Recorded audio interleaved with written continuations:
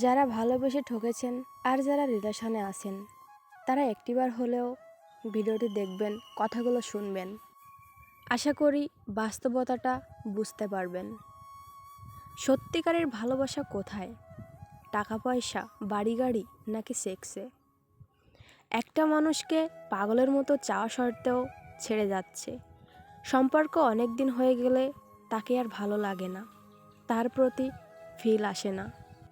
তখন আমরা ডিফারেন্ট কিছু খুঁজি, নতুন কিছু খুঁজি, আর নতুন কিছু না পেলে তখন নতুন মানুষ ধরি।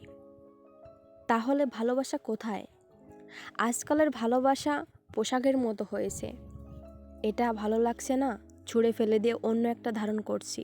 একটা সময় যে মানুষটাকে প্রচুর ভালো লাগতো, প্রচুর ভালোবাসতো, তাকে এখন বিরক্ত লাগে, মুখের ওপর বলে দেয় ভালোবাসি না।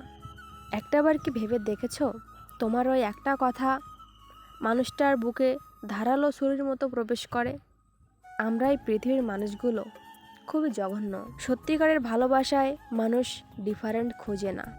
সত্যিকারের ভালোবাসাতে মানুষ নিজেকে যেভাবে প্রেজেন্ট করুক না কেন, ওইভাবেই ভালো লাগে, ওইভাবে ভালো লাগতে বাধ্য। কারণ সে আমার ভালোবাসার মানুষ। আমি কেন ডিফারেন্ট খুঁজব? সে তাকে আমার কাছে যেভাবে প্রেজেন্ট করবে, আমি ওইভাবেই হ্যাপি হব। এখনকার ভালোবাসাগুলো 1 মাস 2 মাস হয়ে পারে না, ছেড়ে যাওয়ার জন্য সবাই অনেক রকম দোষ ভুল খুঁজতে থাকে। আসলে সত্যিকারের ভালোবাসাগুলোতে কোনো দোষ ভুল থাকে না, মানিয়ে নিয়ে পাশে থাকে। টাকা পয়সা বাড়ি গাড়িতে যদি সুখ থাকতো, তাহলে হয়তো একটা বিবাহিত মেয়ে কখনো আরেকটা অবিবাহিত ছেলের সাথে রিলেশনে জড়াতো না, আর না কোনো স্বামী স্ত্রীর ডিভোর্স হতো। আমরা মানুষগুলো বড্ড বোকা, যেখানে দাম পাই না সেখানে ঘুরঘুর করি।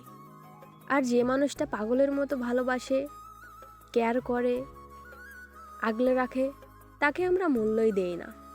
মানুষের ভালোবাসার অভিনয়ের কাছে এখন সত্যিকারের ভালোবাসাগুলো হারিয়ে গেছে। পৃথিবীতে ভালোবাসা বলতে কিছু নাই, যা আছে সব মায়া মোহ। দুদিনের মিছে ভালোবাসা।